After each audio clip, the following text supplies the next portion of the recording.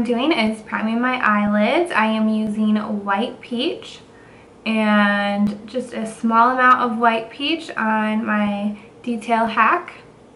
Sometimes I like to use the smaller end like this if my eyes are looking a little bit dark. Lack of sleep and being sick will do that to you. I'm using the smaller side of the powder brush and some of the vanilla dust.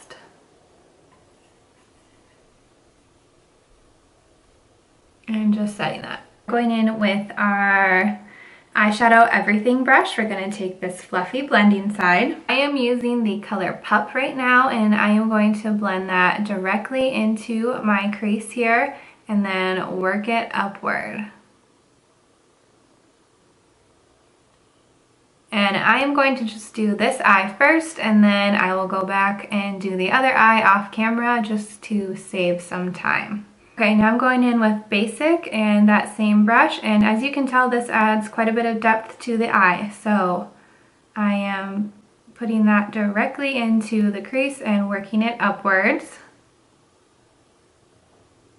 Now going in with Coco, I am applying that right into the crease and blending it slightly onto the lid. Most of the product is gone. I am going to move my brush up a little bit higher just to make sure there are no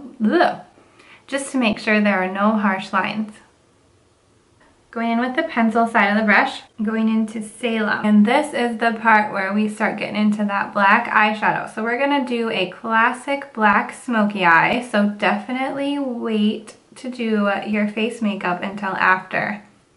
When you start getting close to your crease, just make sure you are only blending this right into that crease. You don't wanna bring it up any higher, or you're gonna have a tendency to look like raccoon eyes, and we don't want that. We just want a really pretty classic smoky eye here. And then I flip it over to that big blending side, and we are going to run some more of the black eyeshadow all over that lid and through the crease here.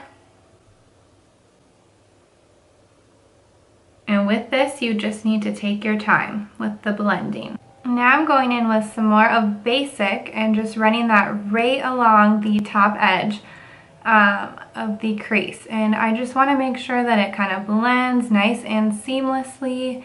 It can be a little tricky to blend the crease color with the lid color just because the black is so intense. So don't worry, just keep on blending.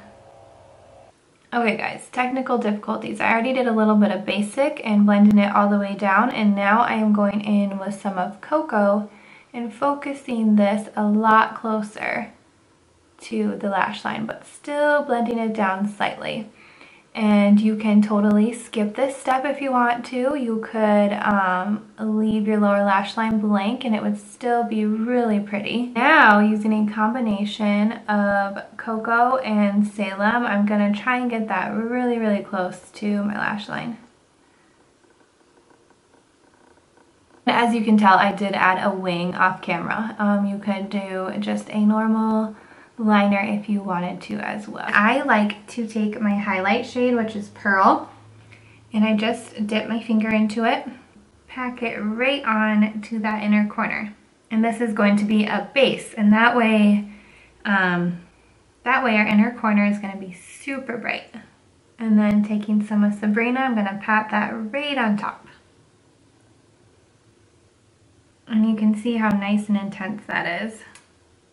You can also run a little bit of Sabrina right underneath that brow and add a little bit of shimmer there too.